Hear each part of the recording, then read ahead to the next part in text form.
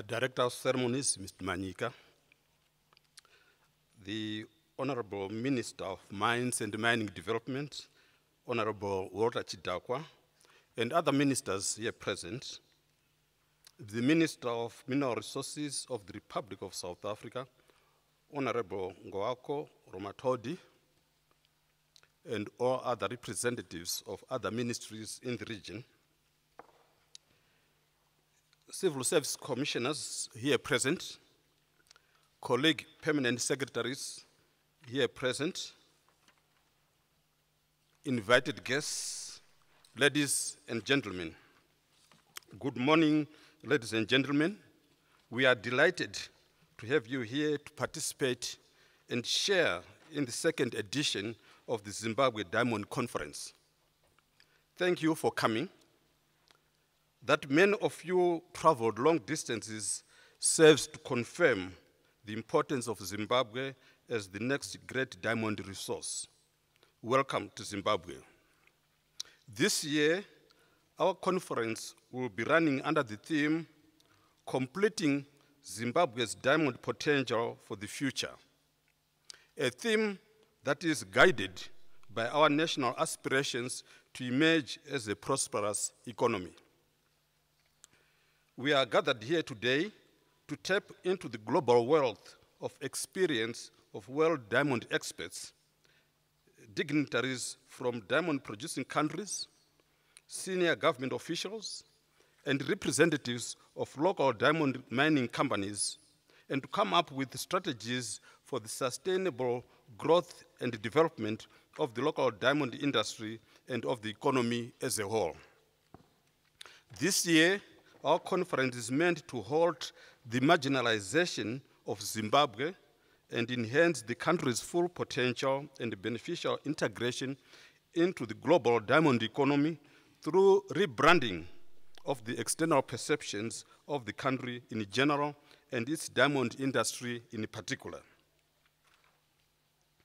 In November 2012, the Ministry of Mines and Mining Development successfully hosted the inaugural Zimbabwe Diamond Conference. That conference came after Zimbabwe had attained the Kimberley Process certification in November 2011, and it provided strategies for the development of the local diamond industry. As a result, Zimbabwe has become one of the leading international diamond producing countries.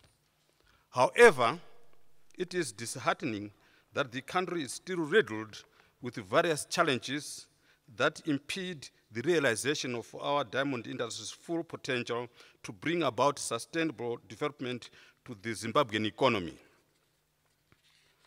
The Zimbabwe diamond fields are one of the largest diamond reserves in the world and has the potential to produce 25% of global alluvial diamond supply. To date, Zimbabwe Mining Development Corporation has partnered with 6 diamond companies that are currently undertaking production in Zimbabwe. However, there is more that can be realized from the Zimbabwe diamond fields if challenges such as under-exploration, technology gap, and hostile marketing conditions due to illegal sanctions are combated.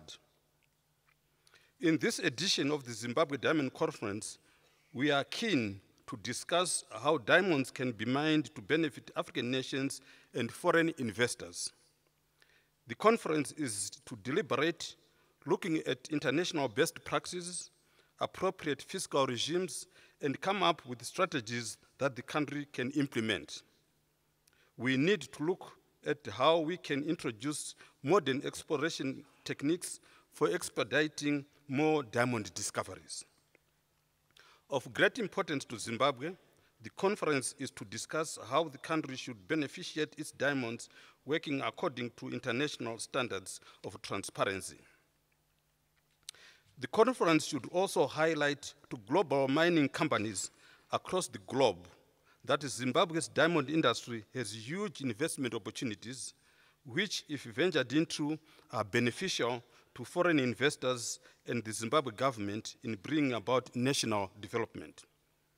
This year, the Ministry of Mines and Mining Development is delighted that over nearly 750 diamond industry members and experts are attending the Zimbabwe Diamond Conference 2014, making it the largest conference ever held in the country and one of the biggest in Africa. It is our pleasure to host all the ministers, industrial organization heads from around the world, and representatives of the diamond pipeline. With a lineup of these esteemed guests and speakers, I believe that this conference will produce a huge store of information that can aid in mapping a way forward for the benefit of Zimbabwe and other diamond-producing countries. We will be honored this afternoon for the conference to be officiated by His Excellency, the President. We are also delighted to have the African ministries of mines taking part in the conference, notably Mr. Honorable Ngoako Romatodi, the Minister of Mineral Resources of the Republic of South Africa, representatives of the Ministry of Mines from the Republic of Namibia, Democratic Republic of the Congo, Botswana, and not forgetting our own Minister of Mines and Mining Development, Honorable Walter Chidakwa, who is hosting the conference on behalf of the Zimbabwe government. We are also privileged to have leaders of the world diamond industry, which include Mr. Eli Isakov, Honorary Life President of the World Diamond Council, World Federation Diamond Bowses, and World Jewelry Confederation, JICO. Mr. Ernest Blom, the President of the World Federation of Diamond Bowses, and Gaetano Caraveri, President of the World Jewelry Confederation, SIJBO. Representative of foremost diamond trading companies, manufacturers, financiers, and jewelers are also in attendance. Also with us today are representatives of the foremost diamond trading companies, manufacturers, financiers, and jewelers.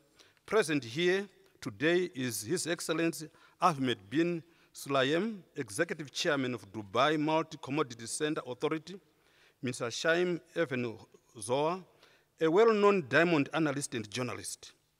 We were expecting Abich Kani, the first chair of the Kimberley Process Certification Scheme, Mr. Ari Epstein, the CEO of the Antwerp World Diamond Center, Mr. Peter Muse, the CEO of the Dubai Exchange, who has also been helping the Ministry of Mines and Mining Development to organize this conference. All these people have their profiles detailed in the program that we have.